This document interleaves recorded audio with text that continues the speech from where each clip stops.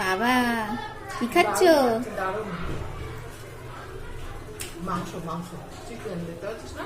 ও তাই তো, মেটে অনেকদিন পর খাচ্ছ না? আলুগুলো দেখ কি সফট। হেভি লাগে হেভি। খুব রসিয়ে খাওয়া দাওয়া চলছে তোমার।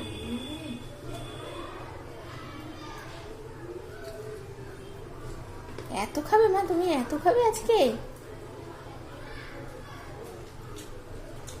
একটু খেতে হয় না, মাংস রান্না করে যে মাংসটা রান্না করে সে একটু ভালো করে খেতে হয়।